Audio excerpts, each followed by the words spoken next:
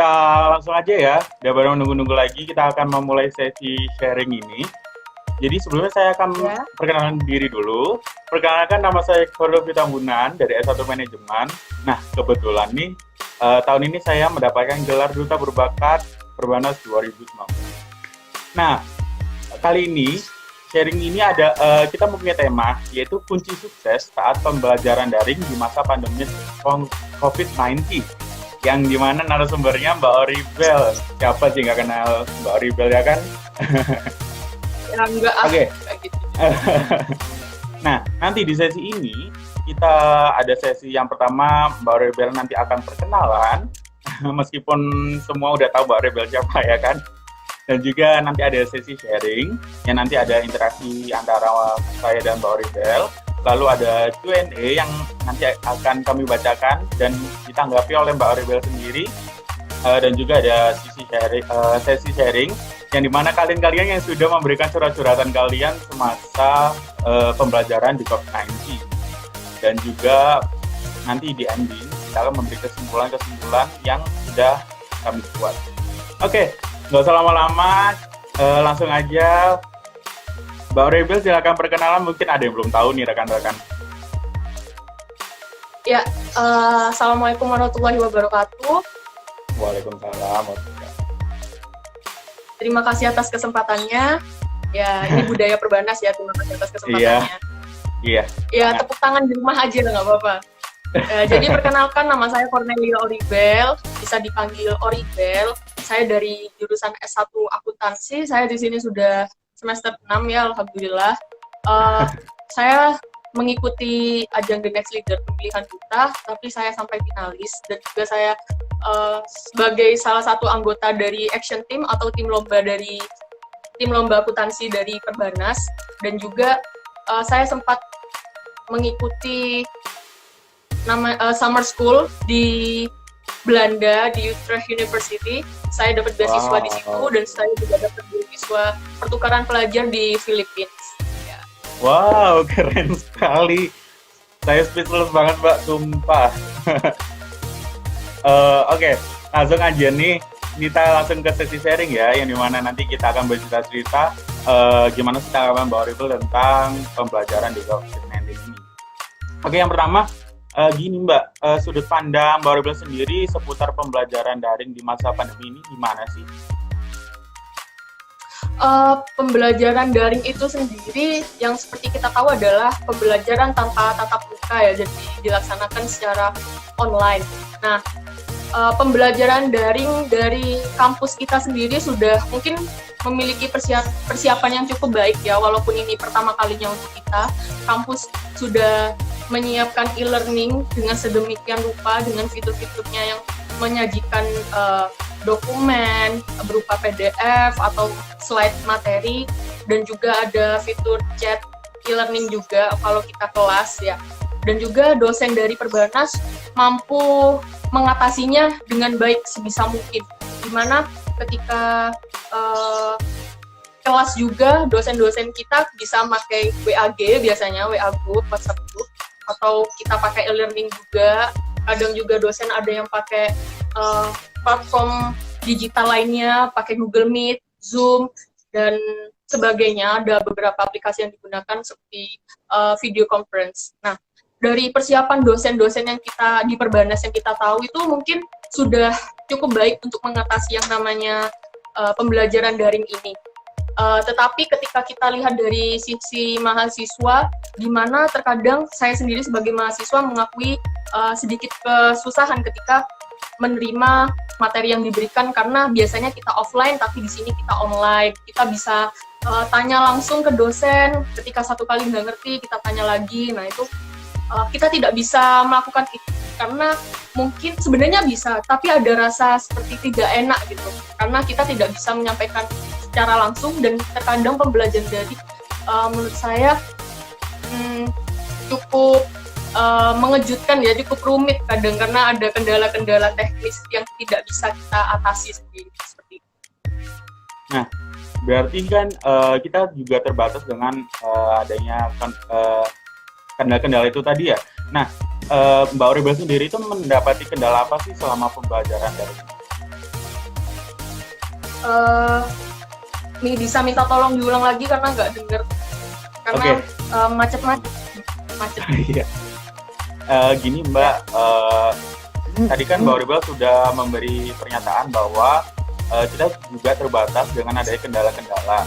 Nah, Mbak Rebel sendiri itu mendapatkan kendala-kendala apa sih Mbak Rebel sendiri? Ya, kendala yang saya terima selama perkuliahan ini cukup cukup umum, karena pasti semuanya juga mengalami ya, seperti jaringan ya, kayak barusan aja kita mau mulai jaringannya agak stabil.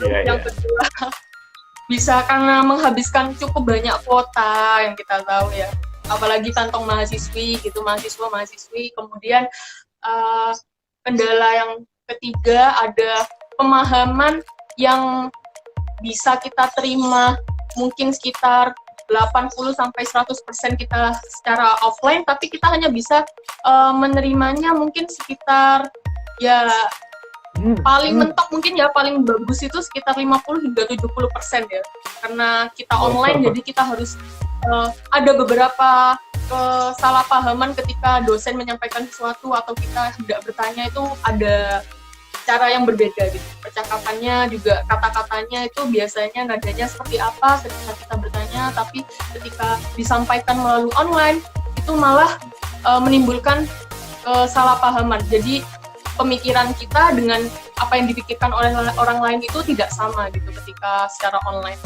karena tidak ekspresif kita di situ jadinya. Oh gitu, oke. Berarti kan kita harus mengetahui cara mengatasi kendala tersebut kan, Mbak. Nah, Mbak Rebel sendiri itu dalam mengatasi kendala-kendala itu tadi sudah melakukan apa aja untuk mengatasi hal itu? Ketika saya mengatasi kendala, kalau yang secara teknis ya mungkin karena jaringan itu di luar kita kan, gitu, di luar kemampuan kita. Nah, kalau misalnya kendala karena kesulitan dalam memahami mata kuliah, mungkin ya itu sebelum ada jam kuliah dimulai, saya belajar terlebih dahulu. Saya berusaha untuk mereview materi yang ada untuk hari ini. Misal jam 9 kita ada kuliah nih, malam atau pagi jam 3 kita bangun, kita review materi chapter apa sih hari ini. Setidaknya kita punya gambaran gitu. Sebelum kita kuliah, kita punya gambaran. Chapter hari ini tuh menjelaskan tentang apa sih, kayak gitu. Dosen hari ini atau teman yang nanti akan presentasi itu menjelaskan tentang apa sih, kita punya gambaran itu. Jadi ketika kita kelas, kita nggak 0-0. Kita nggak 0-0, nggak bener-bener kayak kita melempem dengerin aja ini dosennya ngomong apa. Belum tentu kan kita paham kan dosennya jelasin apa, ini tentang apa, temanku ngomong apa sih. Nah, biasanya gitu deh. Karena ya itu kendalanya online, nggak semua materi yang disampaikan itu tersampaikan dengan baik. Dan juga kalau bisa setelah kelas, ya mungkin memang nggak semuanya sih, setelah kelas itu kita mereview materi lagi. Karena pertama kita belajar sebelum kelas, kita sudah punya gambaran tentang chapter itu. Kemudian ketika kita ada kelas, dosen memberikan materi atau teman kita presentasi memberikan materi, kita sudah dapat pemahaman lebih. Kita punya pemahaman lebih dalam. Jadi kalau kita mungkin ada rasa masih kurang paham atau kurang jelas atau ingin memantapkan lebih, ya setelah kelas kita belajar lagi, karena itu bisa menguatkan ingatan kita, menguatkan pemahaman kita. Jadi jangan males-males gitu. Iya, ya bener banget tuh rekan-rekan, dengerin tuh. Sangat bermanfaat sekali loh. Dan juga ini ada dari Abi_Dari nih, gimana ekspresif sinyalnya mempengaruhi nilai keaktifan. Ya juga ya, kadang kita telat sedikit, kadang nilai keaktifan kita nggak dapet gitu. Jadi susah banget. Nah, by the way, itu kan ada hubungannya dengan teknologi. Jadi ada suatu saat di mana adanya kesenjangan, ini konteksnya gaptek ya Mbak. Jadi kesenjangan antara mahasiswa dan dosen, di mana ada dua kemungkinan. Yang pertama, mahasiswanya yang kurang memahami teknologi, atau dosennya yang kurang memahami teknologi. Nah, ketika mahasiswa itu kurang memahami teknologi, apa yang harus dilakukan oleh mahasiswa tersebut? Untuk mahasiswa yang kurang memahami teknologi itu mungkin jarang ya. Karena kita tahu kan kita sudah hidup di zaman milenial nih ya. Mungkin anak-anak di bawah saya, adik tingkat di bawah saya udah kelahiran 2000 ke atas ya. Jadi milenial banget ya, lebih canggih kan. Saya masih tahun 99. Nah, kalian mungkin 2000 ke bawah, 2000 ke atas maksud saya, maaf. Nah, itu jarang ya karena kita udah terbiasa banget hidup dengan HP, dan kita hidup tanpa HP dan tanpa internet itu malah bingung gitu.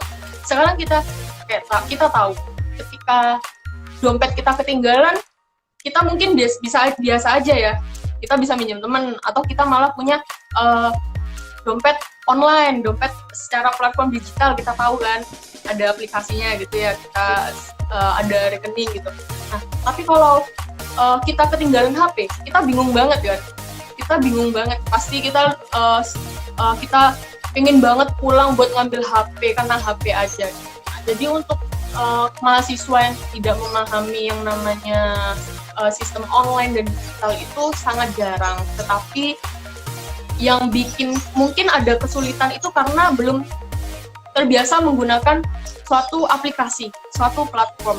Misal di kelas saya juga pernah kita pakai aplikasi tertentu untuk melakukan kelas video conference dengan dosen kita. Nah, di situ yang jadi kendala kita apa? Karena kita harus download dulu. Kalau download pakai HP, memorinya penuh gitu. Jadi secara overall itu nggak terlalu menyusahkan untuk mahasiswa dan nggak segaptek itu sih mahasiswa. Mungkin kendalanya karena kita harus download dulu, habisin banyak data, kuota, kemudian mungkin karena sinyal internet seperti itu yang jadi masalah.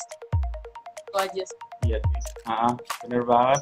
Dan juga banyak banget nih, bahkan pengalaman saya sendiri, teman-teman saya itu juga nggak menutup kemungkinan loh Mbak, mereka kurang mengerti tentang teknologi. Soalnya kita kan apalagi contohnya di mata kuliah, contohnya ada sistem informasi.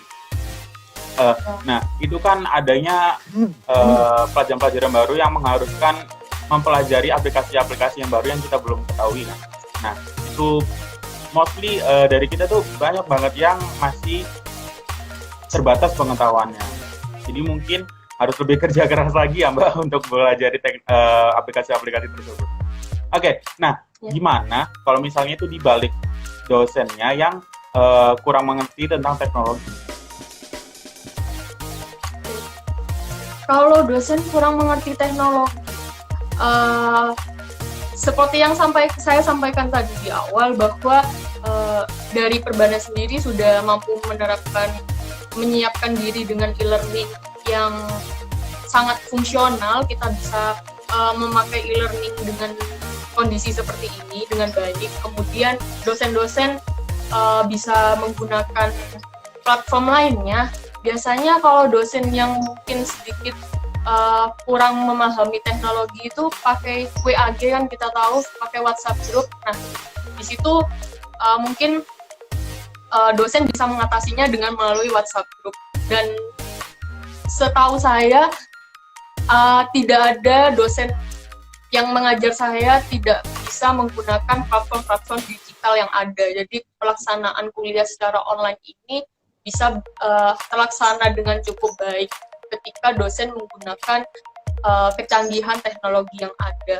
Mungkin saya kurang tahu kalau dari dosen-dosen yang lainnya ya, karena dari dosen pengajar saya itu cukup baik dalam mengajarkan. Tetapi kalau yang kita bahas seperti mata kuliah sistem informasi akuntansi, nah itu memang berbeda. Kalau sistem informasi akuntansi di sini yang kita gunakan bukan untuk pengajaran yang bisa memakai video conference biasa menjelaskan materi secara biasa, karena di situ kita praktik ya, dan ada aplikasinya sendiri kan untuk sistem informasi akuntansi, yaitu SAP kan. Nah, kita pakai itu, jadi itu memang hal yang berbeda untuk kita bahas dalam konteks mata kuliah dengan menggunakan platform penjelasan e-learning dan sebagainya. Memang itu butuh pemahaman dan praktik secara langsung. Kita gunakan komputer yang ada di Perbanas ya, karena programnya ada di sana gitu. Kalau secara itu mungkin karena nanti biasanya ada ujian yang menggunakan aplikasi itu, kita bisa mengatasinya dari dosen itu sendiri sebenarnya. Kita kembali lagi ke dosen. Nanti dosennya itu waktu ujian mau seperti apa, apakah kita tetap praktek menggunakan SAP, yang kemungkinan itu tidak mungkin karena SAP itu kita beli kan, platformnya itu beda gitu. Hanya Perbanas yang punya, yang bisa, dan kita secara individu tidak bisa menggunakannya. Terus tidak bisa memilikinya maksud saya. Kemudian ya itu nanti kita kembali lagi ke dosen yang seperti apa untuk mata kuliah sistem informasi akuntansi. Apakah hanya mengajarkan melakukan ujian secara online dengan soal-soal teoritikal saja atau seperti apa? Oh iya, bener banget. Setuju banget tuh, Mbak. By the way, ini karena kita kan juga adanya perubahan-perubahan yang terjadi. Kan sebelumnya kan kita pembelajarannya tatap muka, jadi komunikasinya lancar, dan memperkecil resiko miscommunication. Nah, menurut Mbak Rebel sendiri, gimana cara kita beradaptasi dengan perubahan-perubahan tersebut? Untuk beradaptasi, kita sebagai mahasiswa di zaman milenial ini yang terbiasa dengan yang namanya teknologi informasi, terbiasa dengan yang namanya digital, handphone, internet, dan sebagainya, itu sudah biasa ya. Tapi yang perlu kita lebih tekankan di sini bagaimana ketika kita beradaptasi dengan perkuliahan ini. Jadi ketika perkuliahan kita menggunakan sistem online, yang perlu ditanamkan dari diri sendiri adalah kemauan untuk belajar, dan juga kita harus lebih pandai-pandai mengatur waktu. Kita adaptasi dengan bagaimana manajemen diri kita sendiri dulu. Kita harus pandai mengatur waktu, time management kita bagaimana, dan kita harus tahu yang mana prioritas kita, yang penting dan tidak penting, yang mendesak dan tidak mendesak, kita harus tahu itu. Dan kemudian kita harus membangun good character itu. Karena ketika kita mempunyai good character, ketika kita di rumah, kita bisa, good character itu nggak harus yang seperti yang harus sangat berat gitu, pikiran sangat berat, harus rajin, harus juara atau gimana, enggak.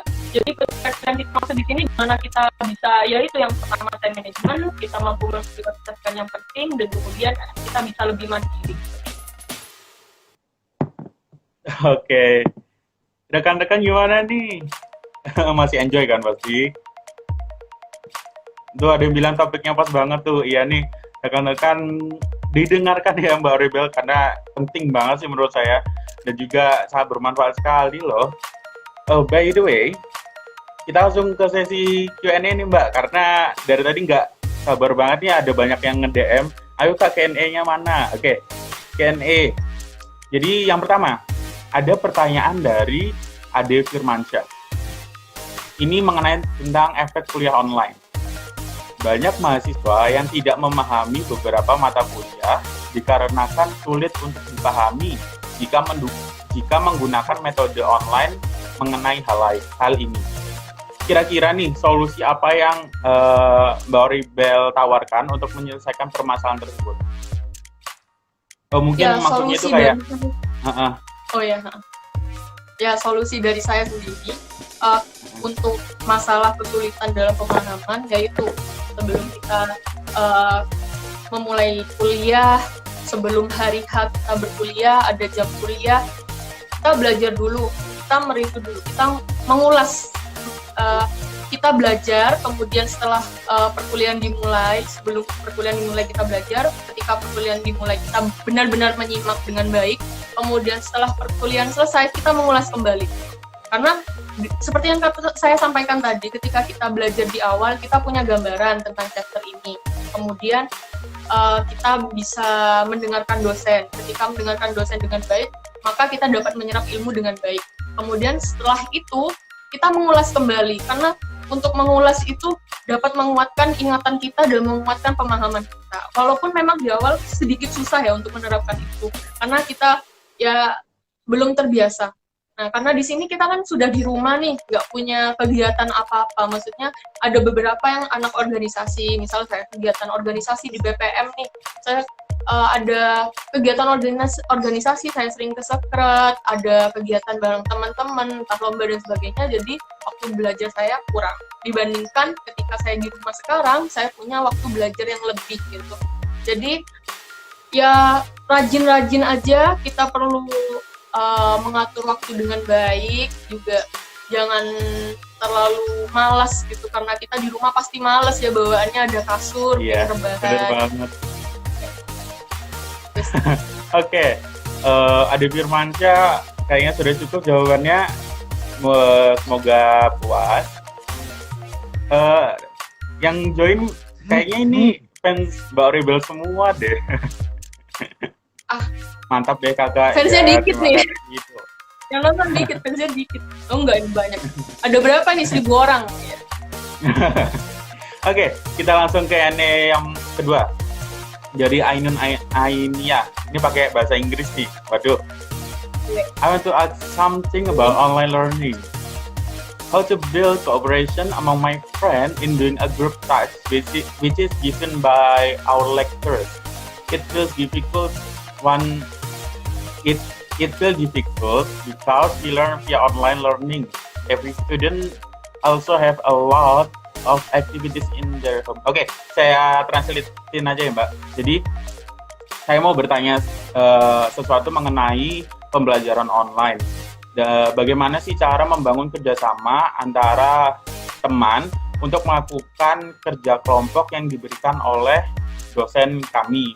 Itu sangat susah karena pembelajarannya itu via online. Nah, setiap mahasiswa itu juga punya aktivitas masing-masing di rumah. Nah, itu bagaimana sih, Mbak? Okay. So, should I answer it in English or in bahasa? Whatever. Up to you. Okay. Mungkin dari penontonnya saya jawab pakai bahasa Indonesia lebih mudah atau mungkin minimal ya. Yeah. Karena kalau kadang kita dengerin di sini, waktu kita dengerin secara langsung lewat HP itu suaranya kurang lancar. Iya, takutnya. Okay, so gimana kita how to build good cooperation with our friends during this online period? So kita gampang gitu loh. Kita mau bangun kerjasama, kita ngerjain tugas nih, tugas kelompok nih. Biasanya saya sama teman-teman saya waktu ngerjain tugas kelompok itu kita saling teleponan. Lewat WhatsApp, telepon grup ya. Kemudian sebenarnya itu bukan hal yang perlu kita pikir sulit banget sih untuk kerja kelompok walaupun via online gini secara daring. Karena apa? Sekarang kita sudah berbeda gitu. Kita di sini berkuliah tidak sama seperti kita zaman sekolah waktu SMA, SMP, di mana kalau kita kerja kelompok harus kumpul bareng. Kalau nggak kumpul bareng nggak enak, nggak bisa ngerjain bareng kayak gitu ya. Kalau sekarang kita udah kuliah nih, pasti meskipun offline nih, teman kita pasti punya kesibukan masing-masing gitu kan. Teman kita pasti juga nggak semua orang punya kesibukan yang sama walaupun itu offline, karena ada yang anak organisasi gitu, ada punya kesibukan di rumah atau mungkin keadaan mendadak atau seperti apa. Jadi untuk kerja kelompok dan membangun relasi yang bagus antara teman ketika online itu cukup mudah, karena ketika kita offline di kuliah itu kita juga suka sering bagi-bagi tugas secara online kan. Misal nggak perlu nih kita kumpul, misal saya sama teman saya si A, nggak perlu nih saya sama si A kumpul bareng buat ngerjain tugas kelompok, karena biasanya kita bagi secara online. Aku ngerjain yang bagian A sampai Z sampai F, kamu yang selanjutnya sampai Z ya, kayak gitu. Jadi dibagi gitu, nggak harus kita kumpul bareng buat ngerjain bareng, itu enggak walaupun secara offline. Karena jadi ketika secara online ada tugas kelompok, kita bisa menerapkan itu, pembagian tugas setiap masing-masing individu gitu. Dan nanti bisa dikumpulkan menjadi satu ke temen si A misalnya kayak gitu. Karena bisa aja tiap minggu kita bagi urutan nih, si A untuk minggu pertama ya yang ngumpulin tugasnya jadi satu, ntar si B minggu kedua ya yang ngumpulin tugasnya jadi satu, nah bisa dibagi kayak gitu. Semisal kalau ada tugas kelompok dan kita ada kesulitan, ada kesusahan, kita bisa telepon bareng gitu, telepon lewat WhatsApp group, kita telepon bareng, kita bahas bareng, karena biasanya saya sama teman-teman saya seperti itu sih, bagi tugas, kemudian kalau ada kesusahan baru kita telepon-teleponan, kita bahas, wah ini gimana nih, diskusi. Sebenarnya nggak menyusahkan ya, karena walaupun kita kuliah secara offline, ada tugas kelompok pun kita tetap mengerjakannya sering banget secara online gitu. Tuh teman-teman juga banyak yang iya benar semua, kayaknya pengalaman juga tuh. Oke, Iya. Ini ada pertanyaan dari Perbana Slip nih, Mbak Ribel. Jadi pertanyaan dari Perbana Slip itu, seberapa besar teknologi mempengaruhi kalian dalam kegiatan belajar mengajar, ya? Bagaimana seberapa besar teknologi itu? Seberapa besar teknologi mempengaruhi kita dalam kegiatan belajar dan mengajar. Jadi sangat berperan besar ya. Secara offline aja itu berperan besar banget ya. Kita ngerjain tugas, kita butuh referensi, kita cari referensi melalui internet. Kita juga biasanya download materi juga kan di e-learning, slide materi, ada dosen yang mewajibkan mahasiswanya untuk membawa slide materi kan melalui e-learning. Nah itu berperan besar. Secara offline aja seperti itu, apalagi secara online. Jadi secara online ini kita bersyukur kita sudah hidup di zaman teknologi yang cukup maju ini, karena kita bisa memanfaatkannya dengan baik. Baik-baik aja sih kita memanfaatkan teknologi, karena di situ banyak kelebihannya kalau kita bisa memanfaatkan dengan baik gitu. Kita bisa ketika online di sini di masa pandemi ini, kita bisa terhindar yang namanya dari virus, kemudian kita diberi waktu bersama keluarga, kita diberi waktu luang yang lebih. Jadi ketika dengan penggunaan teknologi ini bisa memudahkan kita dalam melaksanakan aktivitas dalam kegiatan belajar dan mengajar. Jadi teknologi sangat membantu karena kita tetap bisa berkuliah walaupun dalam kondisi seperti ini gitu. Karena kita nggak mau kan kalau semisal nggak ada teknologi nih, kita kan nggak bisa kuliah dong. Kita nggak bisa kuliah kalau semisal kita satu semester nih kita satu semester daring, terus kita nggak punya yang namanya teknologi, kita masih hidup dalam buta yang namanya IT, belum ada internet, kita nggak kuliah dong satu semester kayak gitu. Terus gimana kita, apakah kita bakalan telat lulusnya atau gimana? Nah, jadi dengan adanya teknologi ini benar-benar membantu walaupun dalam kondisi seperti ini. Dan juga itu mendorong kita untuk lebih menjadi manusia yang lebih canggih, gitu. Lebih canggih dan lebih bijak dalam menggunakan internet. Ya. Setuju sih. Besar banget ya berarti Mbak. Sebesar itu. Oke, selanjutnya ada Q&A dari Bella Puspa Ramadanti. Jadi ini pertanyaannya adalah, saya ingin bertanya tentang pembelajaran selama daring. Menurut kuliah, menurut kuliah dengan adanya kuliah daring, apakah bisa meningkatkan kemandirian mahasiswa STI Perbana Surabaya atau malah sebaliknya? Ya, jelas sekali kalau kita kuliah secara daring, kita menjadi sosok yang lebih mandiri.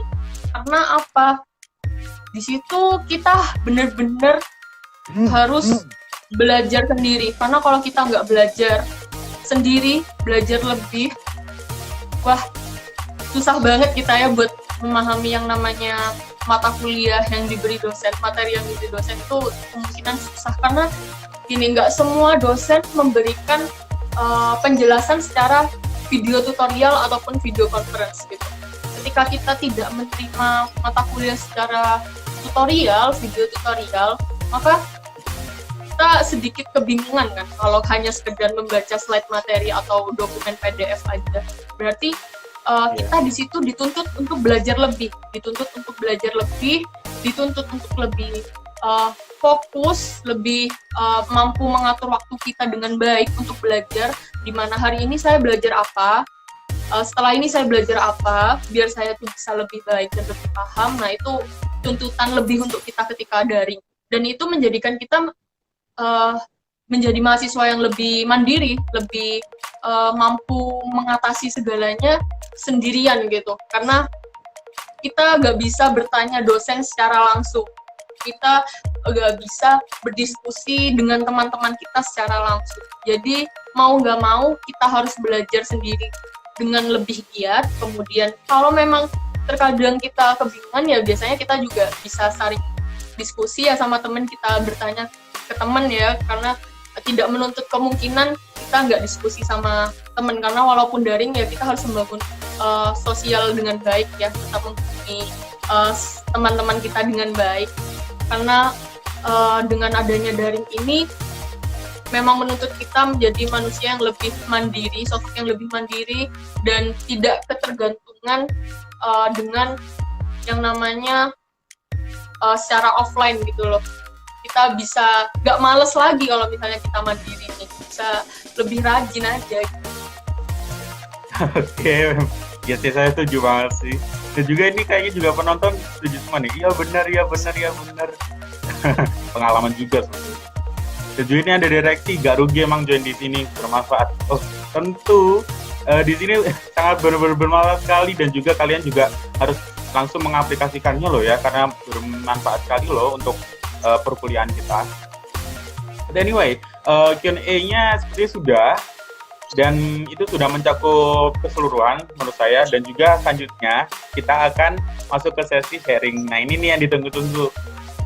Jadi dari kalian yang sudah mengirimkan curhat-curhatan kalian yang di DM ya, itu kita akan bacakan nih. Jadi yang pertama ada dari Alfifa_Febrilianti.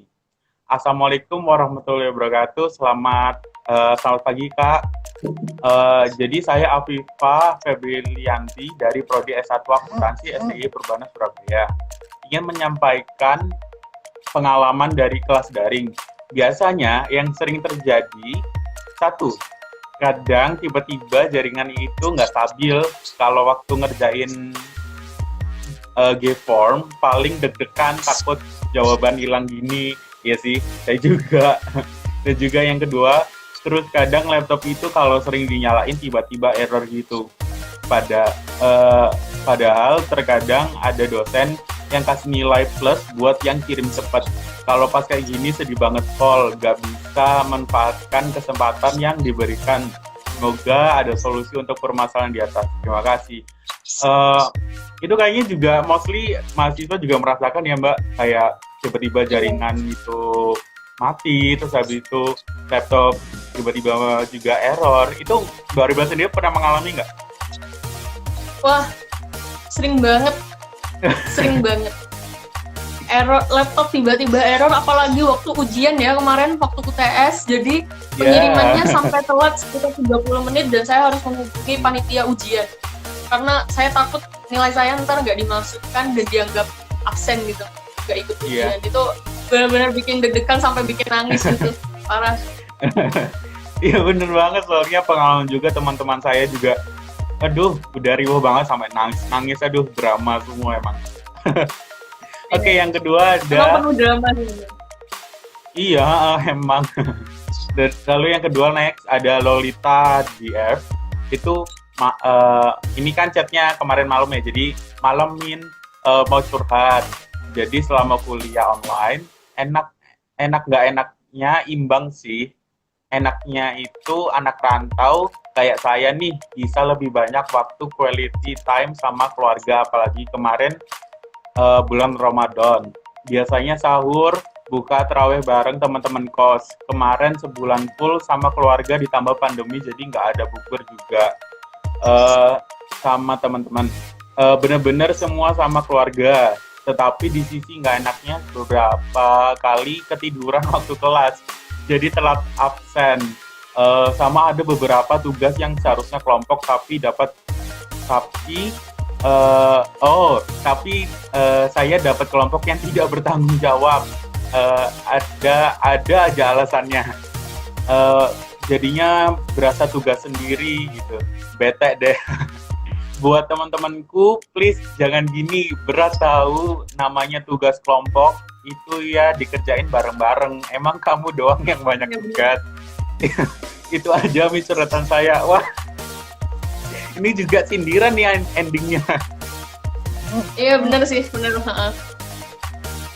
Iya sih, kadang juga ada aja yang kayak nyusahin banget gitu. Dan juga sedih gitu dapat kelompok yang Oke, nah saja next ada Risma PSPTR. Siang Min, mau curhat nih, selama kuliah daring di masa pandemi itu ada enaknya, ada nggak enaknya. Nggak enaknya itu gara-gara makan banyak kuotan dan juga buat kuliah terus kan kita juga kebiasaan di rumah terus berbulan-bulan kadang gabut mau ngapain terus kuliah pagi. Jam 6 pagi auto males bangun gara-gara keseringan tidur mulu di rumah. Sering begadang juga menghasilkan mata panda. Di samping itu ada enaknya juga sih Min. Sumpah, pakai sumpah sekali ya. Jadi agak putihan di rumah. Pokoknya ada asiknya, ada enggaknya Min. Tetap jaga kesehatan aja dan stay at home juga. Iya, terima kasih nasihatnya juga. Itu Mbak Rubel juga mengalami nggak sih? Pernah, sering. Jadi gak cuma saya aja sih, teman saya juga, teman deket saya itu juga sering banget. Saya sama teman saya tuh suka banget yang namanya tidur ya, hobi. Tidur nih hobi banget. Jadi kadang jam 6 tuh kuliah jam 6 tuh bangunnya tuh baru jam 7 tuh baru bangun, baru join kelas gitu, Pak, parah sih ya. Tapi untungnya ya dosennya baik-baik aja. Untung dosennya tuh baik. Jadi ya silahkan masuk kayak gitu loh, gak apa-apa gitu. Oh ya mohon maaf Ibu.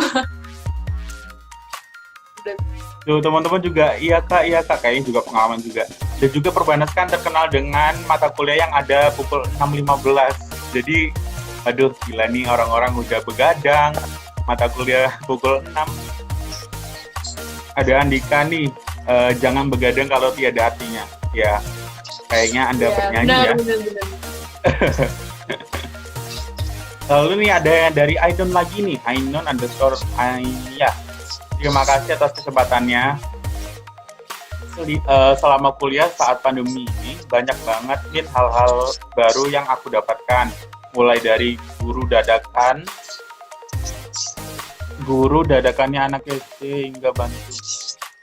Oh, maksudnya dia itu jadi guru SD dadakan karena bantu orang tuanya, mungkin orang tuanya juga guru SD. Terus habis itu kukira nih kuliah di rumah itu santuy, tapi ternyata malah enggak. Riwayatnya juga tugas sama tugasnya banyak banget. Tapi enjoy aja lah. Tugas kan asupan yang bergizi untuk kita semua. Next nih Min, semoga virus ini penyebarnya segera terhenti, amin. Agar rinduku pada Perbanas, dosen, teman-teman, dan doi segera terobati. Wah, punya doi ternyata ya. Ya, itu sebenarnya lebih rindu ke doi sih kayaknya. Iya deh, kayaknya tuh ada doi, ya. mungkin rindunya ke doi sebenarnya. Iya deh, udahlah, nggak usah pura-pura ya, ini yang ngasih surat. Harapannya semoga di tengah wabah ini kita semua diberikan kesabaran dan ketabahan ya, amin. Tetap semangat untuk belajar dalam kondisi apapun. Salam sukses dan rindu dari aku. Iya, terima kasih Ainun. Endingnya membantu banget, tapi di tengah-tengah ada rindu doi ya. Doinya mungkin nonton. Okay. Ainun lagi kangen nih. Lagi kangen, lagi rindu. Nih teman-teman juga yang komen-komen nih kayaknya juga rindu-rindu doi ini. Amin. Semoga pandemi ini cepat berakhir, amin. Jangan amin, terima kasih Mbak Sarwinda. Semoga ya, karena iya sih kalau dipikir juga rindu banget ya pelajaran di kelas gitu. Ya rindu banget lah pokoknya nih. But anyway, kita juga nggak terasa nih kita udah 50 menit. Wow. Terima kasih teman-teman yang sudah bertahan join ya. khususnya karena ini semoga enjoy dari tadi dan manfaat-manfaatnya jangan lupa diterapkan langsung ya. Oke, kita langsung aja ke closing karena ada waktu yang terbatas dari live IG sendiri kan ada batas maksimal ya. Nah, kita langsung aja closing, yaitu kesimpulan. Nah, sebelumnya saya akan bertanya dulu kepada Mbak Auribel, kesimpulan dari Mbak Auribel dulu nih, tentang keseluruhan dari kunci sukses pembelajaran pada saat COVID-19 ini. Ya, kunci sukses dari pembelajaran selama daring, tentu kita harus lebih mandiri, kita harus pintar-pintar memanajemen waktu kita, terus kemudian kita harus lebih rajin dan lebih memahami prioritas mana yang harus kita dahulukan terlebih dahulu. Dan jangan menjadi diri yang malas karena kita sedang online dan sedang di rumah gitu. Karena dengan kita di rumah kita harus benar-benar memanfaatkan waktu itu dengan baik gitu. Jangan menyia-nyiakan waktu kita yang ada karena nanti ketika kita berkuliah kita tidak bisa belajar lebih seperti kita di rumah. Dan juga ya set clear expectation for your life gitu. Jadi kita harus tetap harus menetapkan harapan kita atas diri sendiri walaupun kita masih di rumah gitu. Kita di rumah, jangan bikin kita menjadi sosok bukannya yang menjadi lebih baik tapi malah ke sisi yang buruk gitu. Jadi kita harus ya set expectation for your life and kita tetap rajin-rajin di rumah, memanage waktu dengan baik, memprioritaskan mana yang lebih penting karena dengan adanya pandemi ini jangan menjadikan kita jadi sosok yang tidak berkembang, malah menjamur di rumah, itu nggak baik. Iya. Yeah. Wah, terima kasih Mbak Auribel. Saya suka banget nih karena wah gila nih Mbak Auribel. Terima kasih ya Mbak. Nah, ini ada kesimpulan dari saya. Preparation is important thing. Jadi kita tuh harus membuat persiapan baik antara mahasiswa ataupun dosen dan juga kuliah daring ini juga kan sudah dipersiapkan dengan baik oleh kampus sehingga kita yang hanya menggunakan fasilitasnya harus beradaptasi dan bekerja lebih keras untuk mengikuti arahan yang diberikan oleh dosen-dosen di platform-platform yang disediakan oleh kampus dan juga meskipun adanya kendala-kendala yang seperti tadi kita sudah bahas. Nah, sehingga kita perlu untuk bisa beradaptasi pada keadaan seperti ini. Yaitu kita juga dapat mengambil hikmah itu ada time management.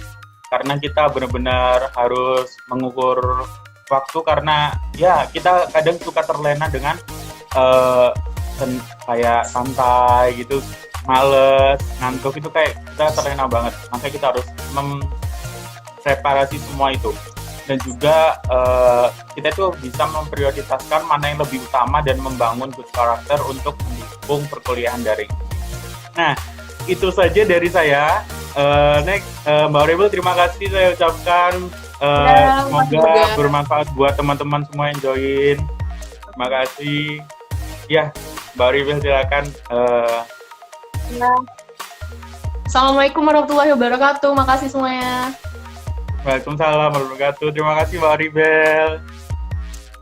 But anyway teman-teman, sesi ini sudah kita akhiri dan juga saya rasa kalian juga telah mendapatkan manfaat-manfaat yang sangat banyak ya, dan juga kalian harus janji untuk mengubah diri menjadi yang lebih baik lagi. Dan juga kalian itu tadi harus benar-benar mengaplikasikan semua yang dibilang Mbak Auribel karena itu benar-benar bermanfaat sekali loh untuk perkuliahan kita. But anyway, jangan lupa habis ini juga kita nggak akan berhenti sampai sini loh, karena ada live selanjutnya yang akan membahas hal-hal yang penting lagi dan juga narasumbernya keren-keren. Karena yang pertama juga ada Mbak Auribel, nah nextnya pasti sama kerennya, bahkan bisa lebih keren. Jadi kalian harus stay tune ya. Yang belum follow IG TNL, TNL itu The Next Leader ini ya. Jadi jangan lupa follow dulu bagi yang belum follow. Dan juga terima kasih rekan-rekan yang semua udah join. Jangan lupa eh, terus berdoa agar pembelajaran daring ini bisa menjadikan batu loncatan kita untuk menjadi yang lebih baik, dan juga semoga virus-virus ini selesai ya, karena kita juga rindu kampus juga. Iya, terima kasih. Saya undur diri. Terima kasih. Assalamualaikum warahmatullahi wabarakatuh.